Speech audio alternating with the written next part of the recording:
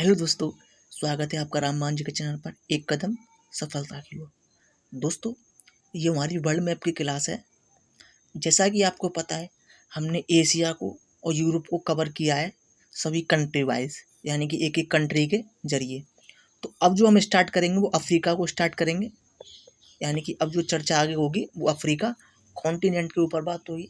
तो चलिए अपनी क्लास को स्टार्ट करते हैं। देखिए, सबसे पहले देखिए कि भूमध्य सागर के नीचे अफ्रीका है, यानी कि ये हमारा क्या है, सब भूमध्य सागर है। क्लियर।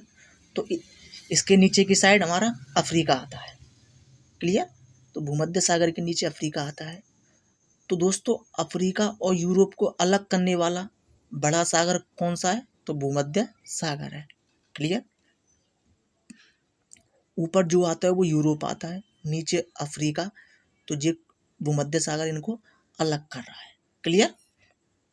नेक्स्ट देखिए, यूरोप और अफ्रीका को, ऊपर है वो यूरोप है, नीचे अफ्रीका है, तो इसको यहाँ पर एक जिब्राल्टर जल संधि है, जिब्राल्टर जल संधि भी अलग करती है।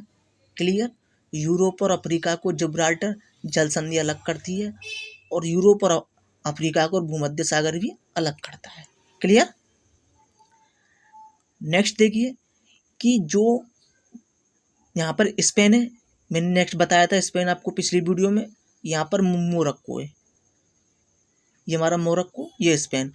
तो जिब्राल्टर जल संधि के द्वारा स्पेन मोरक्को से अलग होता है, यानी कि यूरोप और अफ्रीका अलग होता है। यहाँ पर स्पेन से और मोरक्को से जिब्राल्टर जल संधि द्वारा अलग हो रहे हैं। क्लियर। अब नेक्स्ट देखिए कि एशिया, ये हमारा एशिया का पार्ट है, ये सभी मैंने सब कराया है, और ये हमारा क्या, अफ्रीका। तो देखिए एशिया और अफ्रीका को सुएज नहर, सुएज नहर कहाँ है हमारी, इधर पड़ती है, सुएज नहर। क्लियर। तो एशिया और अफ्रीका को सुएज नहर, और यहाँ पर क्या है हमारा, बाब अल मंदीब, यहाँ एक वो है संधि है, यहाँ जल संधि है। तो यहाँ पर बाब अल मंडीब जल संधि, कौन सी, बाब अल मंडीब जल संधि एशिया और अफ्रीका को अलग करती है। लाल नहर भी, जो लाल सागर है, सॉरी, ये लाल सागर भी एशिया और अफ्रीका को अलग करता है। क्लियर। मैंने क्या बताया, भूमध्य सागर यूरोप और अफ्रीका को अलग करता है। यहाँ पर जिब्राल्टर जल संधि है, वो भी यूरोप और अफ्रीका को अलग करती है। यहाँ पर सुएज नहर है, वो एशिया और अफ्रीका को अलग करती है। तो लाल सागर भी हमारा एशिया और अफ्रीका को अलग करती है। यहाँ बाब अल मंडीब जल संधि है, वो भी एशिया और अफ्रीका को अलग करती है। क्लियर। आई होप आपको ये बात समझ में आ चुकी होंगी। तो देखिए, सबसे पहले मानव अफ्रीका में आया था, आई होप आपको ये पता होगा। तो सबसे पहले मानव अफ्रीका में आया था। तो मानव जाति का विकास सबसे पहले कहाँ हुआ होगा, अफ्रीका में हुआ होगा। क्लियर। इसलिए मानव जाति का पालना किसे कहा जाता है, अफ्रीका को कहा जाता है। क्लियर। मानव जाति का पालना किसको कहा जाता है, अफ्रीका को कहा जाता है। क्लियर। अब देखिए, अफ्रीका से कर्क रेखा भी गुजरती है, कौन सी, कर्क रेखा भी गुजरती है अफ्रीका से। क्लियर। ये यहाँ से हमारी कर्क रेखा, यहाँ से हमारी ये, यहाँ से हमारी कर्क रेखा गुजरती है, और अफ्रीका से यहाँ से विषुवत रेखा गुजरती है, और यहीं से देखिए ये हमारी मकर रेखा गुजरती है। क्लियर। यानी कि कर्क रेखा, विषुवत रेखा, मकर रेखा, तीनों अफ्रीका से होकर गुजरती हैं। क्लियर। तो आपने देखा होगा कि अफ्रीका के जो लोग हैं ज़्यादातर वो काले पाए जाते हैं, तो इसलिए हम इसे काला महाद्वीप भी कह सकते हैं। क्लियर। और यहाँ पर दोस्तों अफ्रीका में गरीबी भी काफ़ी ज़्यादा है, गरीबी काफ़ी ज़्यादा है। ये मतलब लोगों का जो विकास हुआ है वो काफ़ी धीमा हुआ है, विकास हो नहीं पाया है, इसलिए हम इसे अंधा महाद्वीप भी कह सकते हैं। क्लियर। क्या, अंध महाद्वीप भी कह सकते हैं हम इसे। क्लियर। आई होप आपको ये बात समझ में आ चुकी होंगी। तो अफ्रीका से कर्क रेखा, मकर रेखा, विषुवत रेखा गुजरती हैं। अब देखिए, सबसे पहले ये हमारा मोरक्को है। तो मोरक्को ऊपर क्या है हमारा, स्पेन। तो ये किससे अलग हो रहा है, जिब्राल्टर जल संधि द्वारा अलग हो रहा है। क्लियर। क्लियर दोस्तों। तो जिब्राल्टर जल संधि द्वारा जो अलग हो रहा है। अब देखिए, मोरक्को से कौन था, इब्न बतूता। कौन था? इब्न बतूता था। ये भारत कब आया था? तो ये भारत आया था कब? मोहम्मद बिन तुगलक के समय में। क्लियर? मोहम्मद बिन तुगलक के समय में आया था इब्न बतूता। वो कहाँ का था? मोरक्को का था। क्लियर? 1333 ईस्वी में। क्लियर? तो इब्न बतूता भारत आया था मोहम्मद बिन तुगलक के टाइम में। क्लियर? Next, Algeria. जो अल्जीरिया है ये अफ्रीका में सबसे बड़ा देश है, यानी कि अफ्रीका का सबसे बड़ा देश कौन सा है? अल्जीरिया है। क्लियर? नेक्स्ट देखिए ट्यूनीशिया, ये यहाँ पर है ट्यूनीशिया।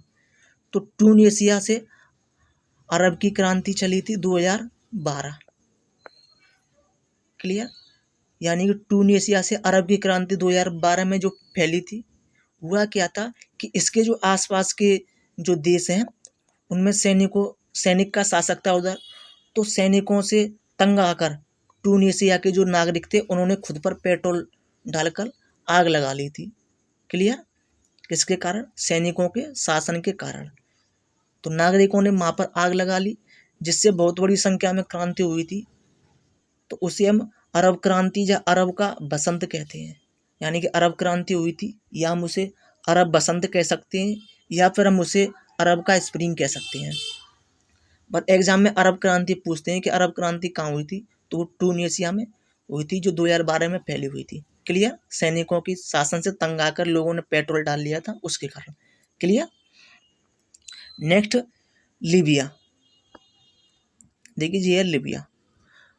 तो लीबिया के तानाशाह शासक कौन था? गद्दाफी था। कौन? गद्दाफी। क्लियर? लीबिया का शासक था गद्दाफी। क्लियर? तो लीबिया की राजधानी क्या है? ट्रिपोली है। क्या है? ट्रिपोली है। क्लियर? देखिए, तो ये हमारा लीबिया है। क्लियर? तो दोस्तों लीबिया के इधर साइड, लीबिया के इधर साइड यानी कि ट्रिपोली के नीचे है, और लीबिया के इधर साइड सबसे गर्म स्थान कौन सा है? अल अजीजिया। कौन सा है? अल अजीजिया है, जो कि दुनिया का सबसे गर्म स्थान है। कौन सा? अल अजीजिया दुनिया का सबसे गर्म स्थान है ये। क्लियर? यहाँ लीबिया में है। क्लियर दोस्तों? नेक्स्ट देखिए मिस्र। तो दोस्तों मिस्र से केमिस्ट्री की शुरुआत हुई थी। किसकी? केमिस्ट्री की। क्लियर? तो केमिस्ट्री की शुरुआत हुई थी मिस्र से। दोस्तों मिस्र देश का जो कुछ भाग है वो एशिया में आता है। देखिए ये वाला जो भाग है,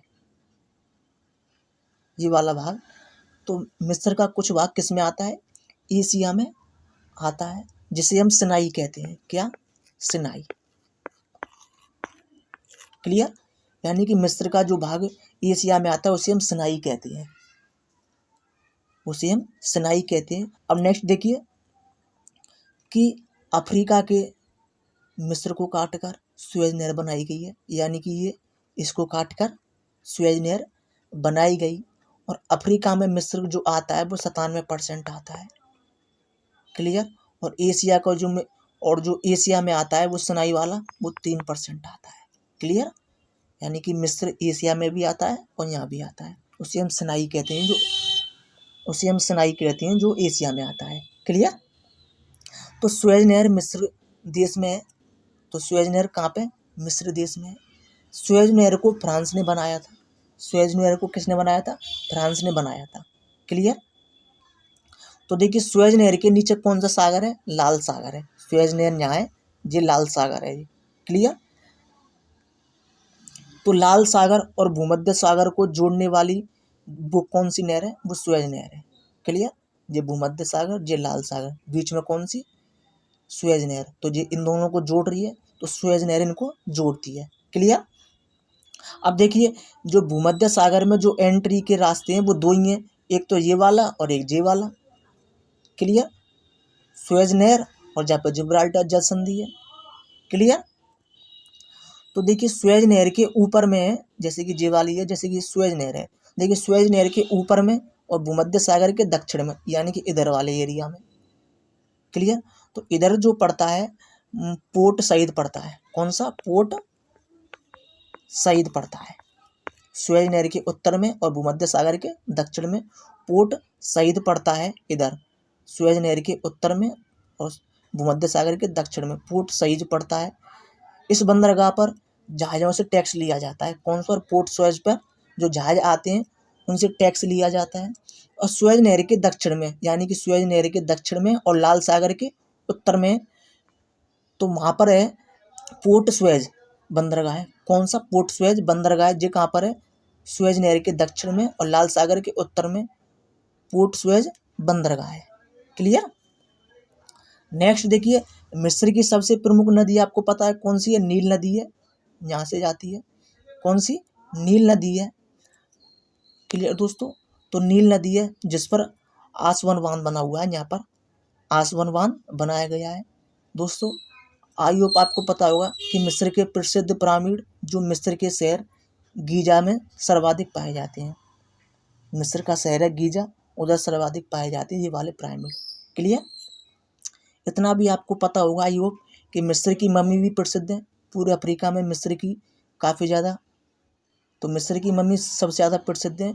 और पूरे अफ्रीका में जो मिस्र काफ़ी ज़्यादा विकासशील है, यानी डेवलप्ड कंट्री है पूरे अफ्रीका में। क्लियर? अगर मिस्र नील नदी नहीं होती दोस्तों आपने क्वेश्चन सुना होगा कि नील नदी की देन क्या है, तो वो मिस्र है। क्लियर? यानी कि अगर मिस्र में नील नदी नहीं होती तो वहाँ रेगिस्तान होता।